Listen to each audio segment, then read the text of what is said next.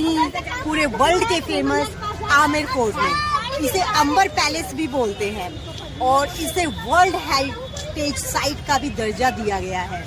इसके चारों तरफ एक 12 किलोमीटर की वॉल भी बनाई गई है प्रोटेक्शन को देखते हुए। और यहीं पास में जो जयगढ़ किला है जहाँ पर सैनिक अभ्यास करते थे, तो सैनिक किला भी जिसे बोलते हैं, 1.5 किलोमीटर के नीचे एक सुरंग है। एक्चुअली इस फोर्ट की जो नींव रखी थी मानसिंह ने रखी थी, राजा मानसिंह। राजा मानसिंह वही है जो अकबर के 9 रत्नों में थे, जैसे कि बीरबल और तानसेन।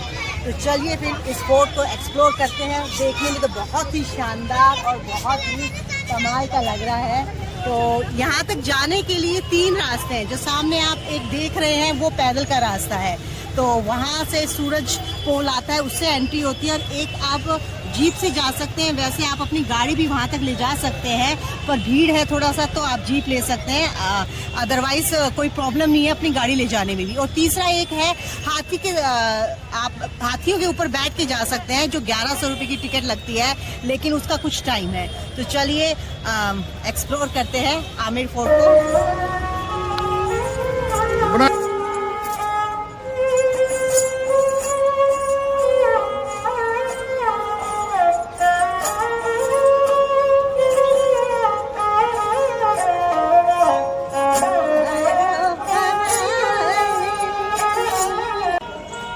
ये देखिए मेरे पीछे आप देख सकते हैं आमिर फोर्ट की एंट्री। ये जो पीछे आपको गेट दिखाई दे रहा है ये है चांद पोल। पोल मतलब गेट। यहाँ पर एंट्री के 2 गेट होते थे, सूरज पोल और चांद पोल। हम एंट्री कर रहे हैं चांद पोल से।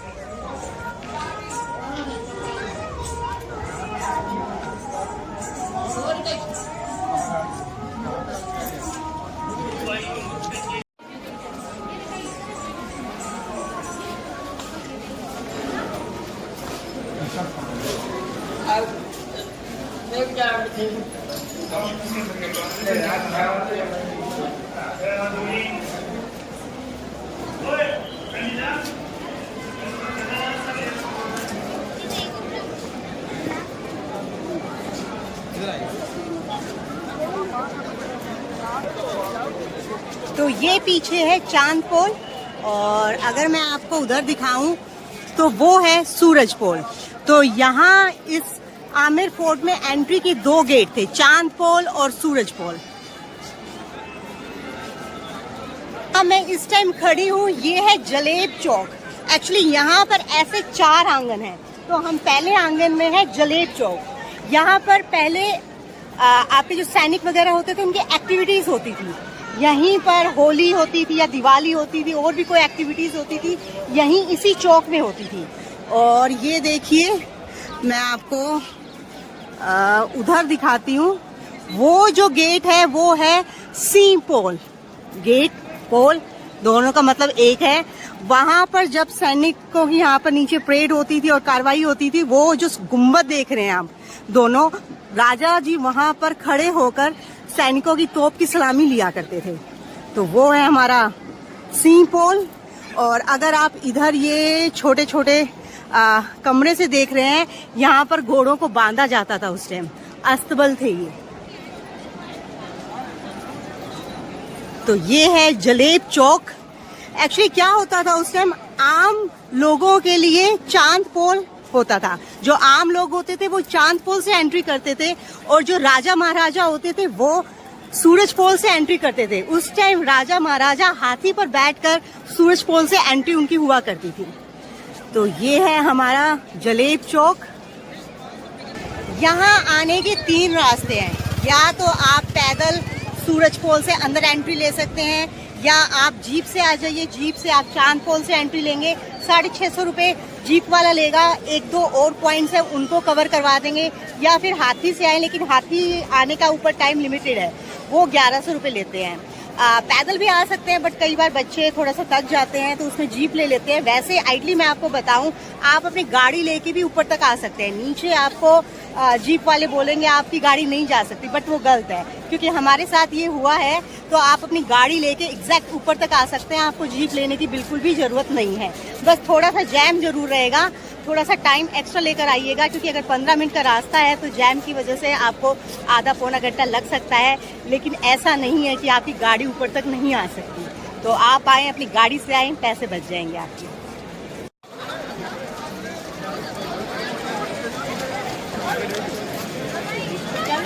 तो ये है जलेब चौक और पीछे जो आपको पोल दिखाई दे रहा है वो है सी पोल। सी पोल मतलब सी गेट। और जो पीछे आपको साइड में 2 गुंबद दिखाई दे रहे हैं, यहाँ पर उस टाइम राजा खड़े होते थे और नीचे सैनिक अपनी तोपों की सलामी देते थे, क्योंकि ये सैनिक की एक्टिविटीज का एरिया था। तो ये है हमारा जलेब चौक। और चलिए फिर सी पोल के अंदर चलते हैं।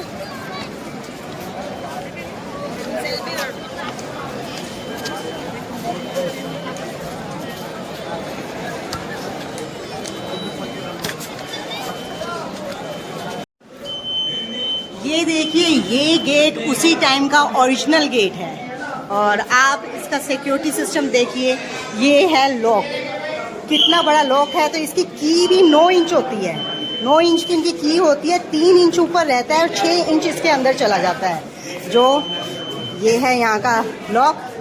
और पीछे भी यहाँ पे अगर आप देखेंगे, बंद करने के लिए ये वुड का सिस्टम लगा हुआ है, जैसे हमारे पुराने घरों में लगता है, बंद कर देते हैं लकड़ी से। तो मतलब काफ़ी मजबूत और सेफ्टी पर्पज से बनाए थे उस टाइम। और ये टीक वुड है। तो चलिए फिर अंदर चलते हैं।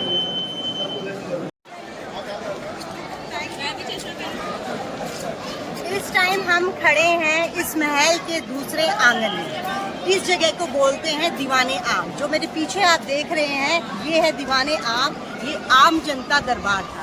अगर आप पीछे दिखाई दे रहा है तो यहाँ पर 48 पिलर बने हुए हैं, जिसमें से 12 पिलर संगमरमर के बने हुए हैं, बाकी पिलर रेड सैंडस्टोन के हैं। और मैं आपको पास से दिखाती हूँ एक बार। आप वो जो ऊपर ये वाले होस देख रहे हैं, रात को इनमें मशाल लगाई जाती थी। और अगर उसके नीचे आपको ये कड़े दिखाई दे रहे हो, इन कड़ों में पर्दे लगाए जाते थे उस टाइम पे, ताकि गर्मी से बचा जाए। और आप ये देखिए, हर पिलर के ऊपर हाथी बने हुए हैं, क्योंकि हिंदू धर्म के अनुसार हाथी को शक्ति का प्रतीक माना जाता है। तो इसलिए हर जगह, हर पिलर पर आपको हाथी दिखाई देंगे। तो ये है दीवाने आम। राजा यहाँ पर सामने बैठा करते थे और यहाँ पर बीच में उनके कोर्ट के जो मेंबर्स होते थे वो बैठते थे, और यहाँ सामने आम जनता बैठती थी। तो यहाँ पर राजा लोगों के प्रॉब्लम्स का सॉल्यूशन करते थे, मतलब प्रॉब्लम सुनते थे और उनका सॉल्यूशन करते थे। अभी तो यहाँ पर कुछ काम चल रहा है और उस टाइम में नीचे कारपेट बिछा दिया जाता था। और ये देखिए ऊपर दीवाने आम। और वो सामने जो आप अंदर जो अभी बंद है हॉल देख रहे हैं, वो स्नूकर हॉल था। उस टाइम स्नूकर खेलने के लिए वो अंदर हॉल बनाया था। और ये देखिए, ये ऐसे 12 जो हैं वो हैं संगमरमर के बने हुए हैं। और बाकी आपके देख ही रहे हैं, रेड सैंड स्टोन लगा हुआ है इनमें।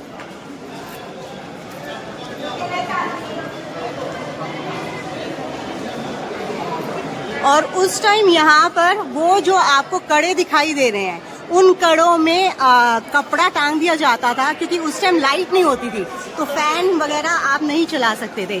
तो उन कपड़ों को एक रस्सी से बांध देते थे और जो उनके नौकर मतलब होते थे वो रस्सी से खींचते थे और पर्दा इस तरह से हिलता था, तो वो एक पंखे का काम करता था। तो ये देखिए, उस टाइम भी सब चीजें थी, लेकिन बस थोड़ा सा चेंज।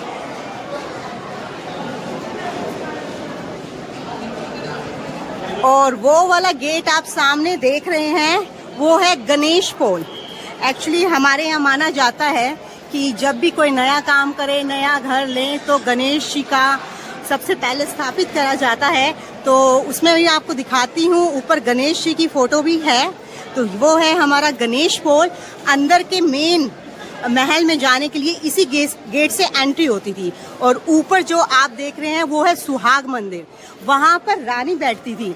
और यहाँ जो भी इस आंगन में कार्यक्रम होता था आम दरबार में, रानी वहाँ से देखती थी। और उन जालियों को इस तरह से बनाया गया है कि आम जनता रानी को और लोगों को, औरतों को नहीं देख सकती, क्योंकि उस टाइम प्रथा थी, पर्दा सिस्टम। मतलब उस टाइम पर्दा सिस्टम था, तो रानी नीचे नहीं आ सकती थी, तो वहीं से देखती थी सब एक्टिविटीज़ को। और आप देखेंगे जाली किस तरह की बनी हुई है। इन जालियों से मतलब रानी तो नीचे देख सकती थी, लेकिन आम जनता रानी को बिल्कुल नहीं देख पाती थी। और जब राजा युद्ध से जीत कर आते थे तो रानी वहाँ से फूलों की वर्षा करके भी स्वागत करती थी। और अगर आप उधर देखेंगे, वो भी देखिए जालियाँ बनी हुई हैं, वो भी अलग कमरे हैं, कुछ किचन है, कुछ स्टोर है। तो चलिए फिर हम चलते हैं गणेश पोल में, वहाँ से अंदर महल के लिए एंट्री करते हैं। तो एक बार फिर से देख लीजिए, वो सामने सुहाग मंदिर, गणेश पोल, और ये वाला भी मैं आपको बताती हूँ, ये है 27 कचहरी। चलिए मैं पास चलकर आपको दिखाती हूँ और बताती हूँ कि 27 कचहरी है क्या।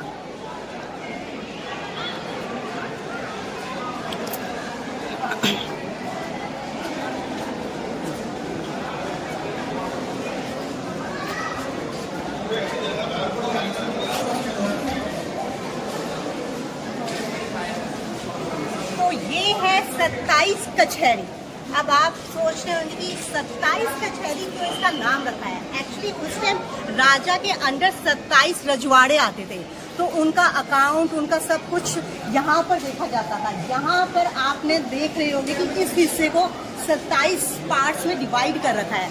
यहाँ पर 27 ऑफिसर्स बैठते थे और सब जो भी अकाउंट्स, जो भी सबका रजवाड़ों का सिस्टम होता था, सब यहीं पर रखा जाता था और यहीं पर उनका सब हिसाब रखते थे।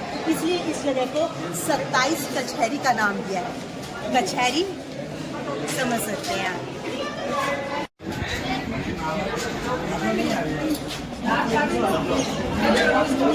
वो जो सामने आप गार्डन देख रहे हैं, वो है केसर गार्डन, या आप उसे कह सकते हैं सैफरन गार्डन, हिंदी में केसर क्यारी।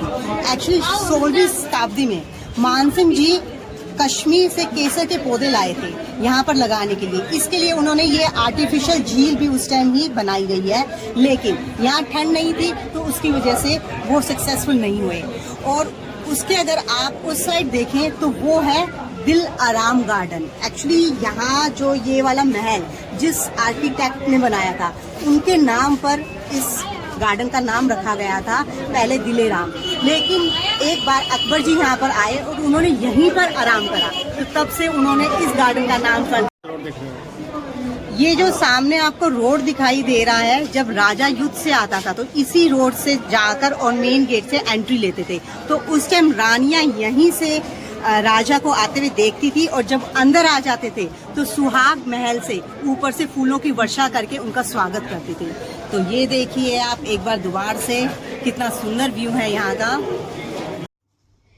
शीश महल आमेर की एक खूबसूरत इमारत, इसे दर्पण हॉल के नाम से भी जाना जाता है।